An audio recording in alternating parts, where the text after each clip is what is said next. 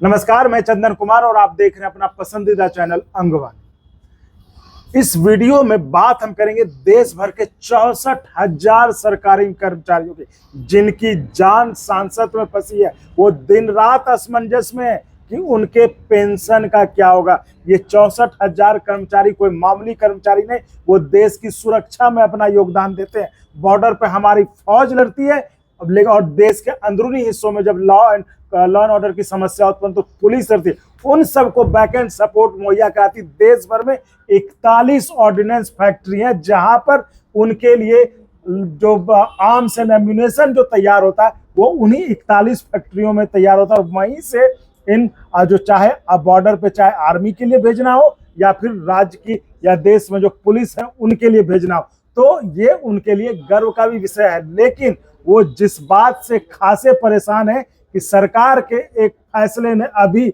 उनको चिंता में डाल दिया और उनकी चिंता इतनी बढ़ गई है कि वो उनको समझ नहीं आ रहा कि अब करें तो क्या करें। अभी एक फैसला आया सरकार का जिसमें जो देश भर के 41 ऑर्डिनेंस फैक्ट्रियां थी उनको उन्होंने निगम बना दिया है। निगम बनाने के बाद, निगम तो बनाना चाहिए, निगम बना दिया। कर्मचारी जो वहां जितने भी कर्मचारी, जो 64,000 कर्मचारी, आप समझिए जो मिनिस्ट्री ऑफ डिफेंस के कर्मचारी थे वो अभी डेपुटेशन पे है। वो अभी कर्मचारी नहीं है, उनकी नियुक्ति परमानेंट नहीं, वो डेपुटेशन पे है। उनको अब लग रहा है कि अब अगर आगे चलकर सरकार ने जिस तरह से अभी कॉर्पोरेटाइजेशन किया है, कल को ये कंपनी किसी प्राइवेट कंपनी के हाथों में दे दे तो हमारा क्या होगा। इसमें जो सबसे बड़ी चिंता जो अभी देश में पेंशन को लेकर जो चल रही है, चिंता पेंशन को लेकर लड़ाई चल रही है, उसमें पेंशन का भी एक पेज है कि अगर ये डेपुटेशन पे है तो इनकी जो कंटिन्यूटी ऑफ सर्विस है, जिसमें कि आज सब लड़ने का हमारा 20-25 नहीं 20 होना चाहिए ताकि हम उस सेवा शर्त को पूरा करें और पेंशन का फायदा उठाएं।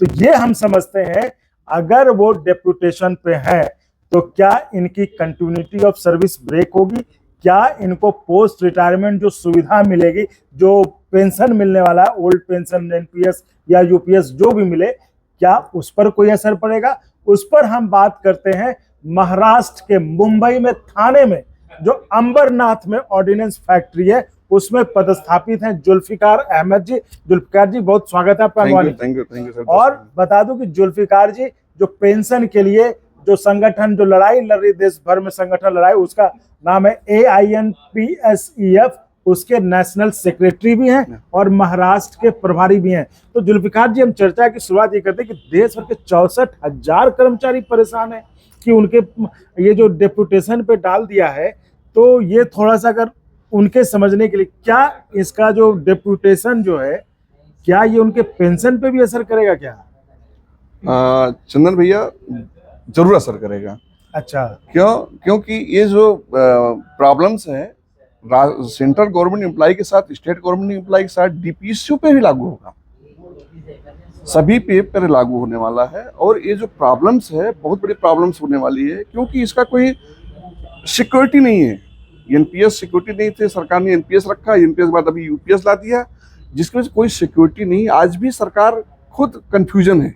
तो आप जो देश के कर्मचारियों के लिए जो आप नेशनल सेक्रेटरी हैं AINPSEF के कि हमें ओल्ड पेंशन दे दो, तो आपके पेंशन पे तो खुद खतरा मंडरा रहा है। यस सर, हम इसीलिए तो लड़ रहे हैं सर। इसीलिए तो हमको एक संस्था चाहिए थी जो हमारे केंद्रीय कर्मचारियों की आवाज बने।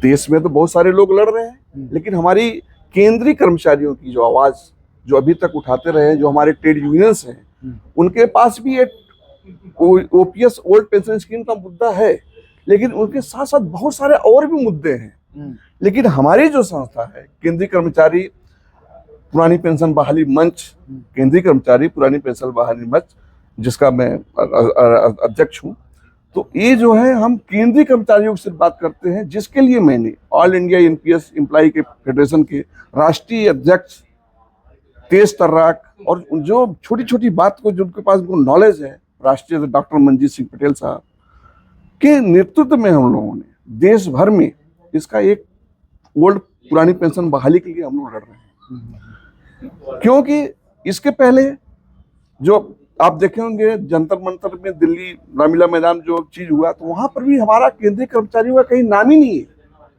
हमारा नाम क्या है, कोई होता है इवन मीडिया ने भी कवर किया तो स्टेट गवर्नमेंट उत्तर प्रदेश वाले ने, और हम किसी भाई का विरोध नहीं करते हैं। पुरानी पेंशन सबको मिलना चाहिए, लेकिन हमारी केंद्रीय कर्मचारियों की बात, जो हम लगे हुए हैं, जो सरकारी, जो हम लोग इलेक्टेड नहीं है, हम लोग सिलेक्टेड हैं। हम सिलेक्ट होकर के एग्जाम देकर और सब करके आते हैं, और हमको सबसे ज्यादा पैसे की हमको जरूरत होती है बुढ़ापे में। जो हमारे को बुढ़ापे में ही पैसा नहीं मिलेगा तो आपको बहुत दिक्कत होने वाली है, इसलिए हम लड़ रहे हैं। नहीं तो ये बताइए, आप अपने ऑर्डिनेंस पाइए, क्या उनको जो कंटिन्यूटी का जो अभी डेपुटेशन में, क्या उनको पेंशन का असर पड़ेगा उनको? यस सर, पड़ेगा। क्या असर पड़ेगा? क्या असर पड़ेगा उनको पेंशन, जैसे जो भी है, कंपनी एक्ट जब लग जाएगी तो वो एक अलग मुद्दे हो जाएंगे सर, उनके अलग डीपीएससी कैसे क्या करते हुए सर देखेंगे लोग।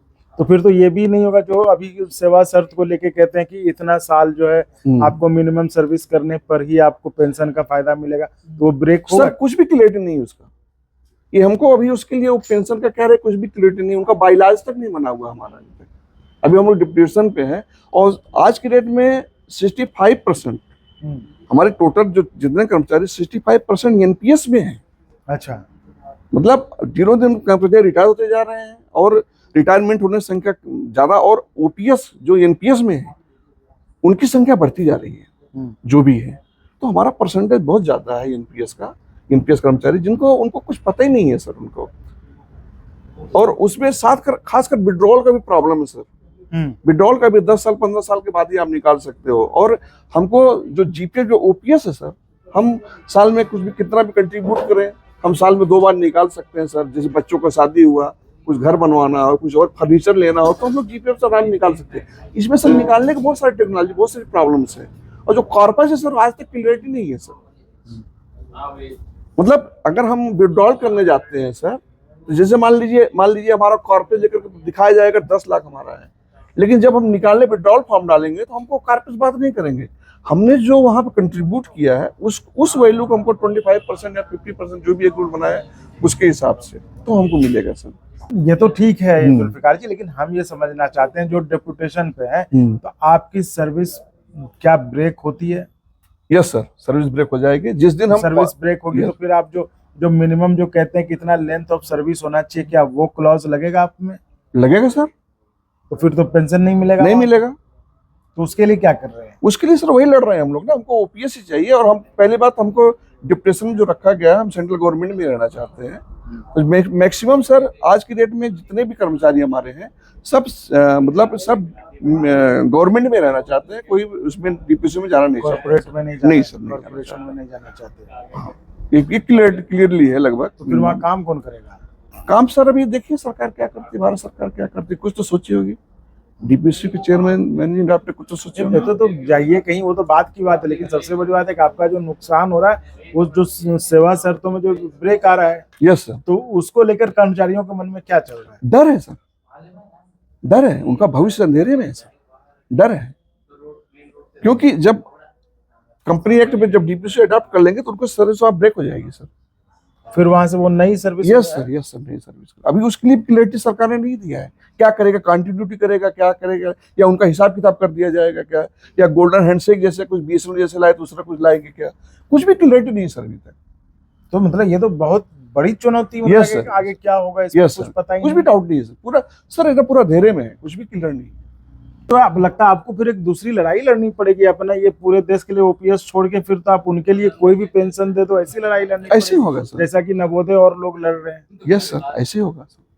तो ये थी हमारी खास बातचीत, जो कि देखिए जो बहुत बड़ी समस्या बनकर सामने आने वाली है कि जो देश के, और वो भी एक इतने महत्वपूर्ण विभाग में, डिफेंस मिनिस्ट्री में, जिसके अंदर की देश की 41 ऑर्डिनेंस फैक्ट्रियां थी, जिसको कि अब निगम बना दिया गया, कॉरपोरेशन बना दिया गया, जहां एक तो कर्मचारी जाना नहीं चाहते क्योंकि उनके मन में बहुत सारी शंकाएं हैं, डर है, खौफ है कि अगर हम उसमें गए तो पता नहीं सरकार आगे क्या करेगी। जब सरकार अभी ओपीएस पेंशन पे इतना लफड़ा चल रहा है, तो ओपीएस नहीं देना चाहे तो कल को कहीं सरकार उनको मतलब वहां से नई नौकरी ना मान ले कि आज से आपकी शुरुआत है, तो फिर वही जो लेंथ ऑफ सर्विस वाला क्लॉज है वो आ जाएगा, उसमें आपका इतना साल पूरा हुआ नहीं तो पेंशन नहीं मिलेगा। तो ये पेंशन का पेच आज हर जगह है, और इसी बात को लेकर खौफ में है देश भर के 41 फैक्ट्रियों में काम करने वाले 65,000 कर्मचारी, जिसकी चिंता सरकार को निश्चित तौर पे होनी चाहिए। नहीं है तो उनका संज्ञान जरूर लेना चाहिए, क्योंकि ये वो कर्मचारी हैं जो आपको देश में महफूज रखते हैं बाहरी खतरों से और भीतरी खतरों से भी। क्योंकि आर्मी तभी लड़ सकती है बॉर्डर पर जब इन 41 फैक्ट्रियों से, ऑर्डिनेंस फैक्ट्रियों से आर्म्स और असलहा आर्मी के पास पहुंचे। अगर आर्म्स असलहा नहीं पहुंचेगा तो आर्मी कुछ नहीं कर पाएगी। उसी तरह हाल जो राज्य सरकार की या जो देश की अंदरूनी पुलिस फोर्सेस के पैरामिलिट्री का, उनका भी यही हाल होना है।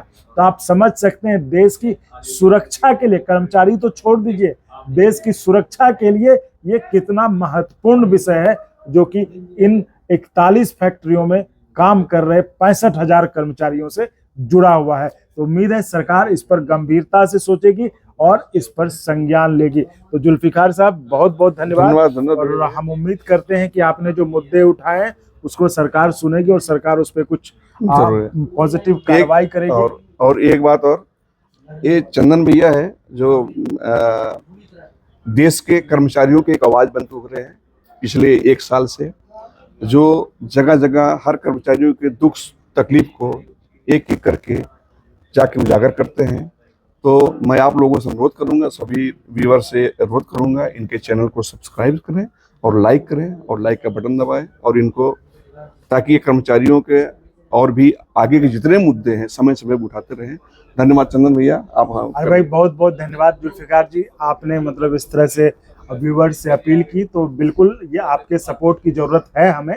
आप चैनल को लाइक शेयर सब्सक्राइब तो करते ही रहें, और संभव हो तो ज्वाइन भी करिएगा, जिससे हमें आपके लिए और ऐसे ही गुणवत्तापूर्ण कंटेंट बनाने में मदद मिलती रहे।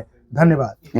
थैंक यू भैया। और अगर आपको अच्छा लगा तो एक बार और आपको मैं कहना चाहूँगा कि आप इसको प्लीज सब्सक्राइब और शेयर करते रहें, ताकि हमारा भी मनोबल और सपोर्ट बना रहे।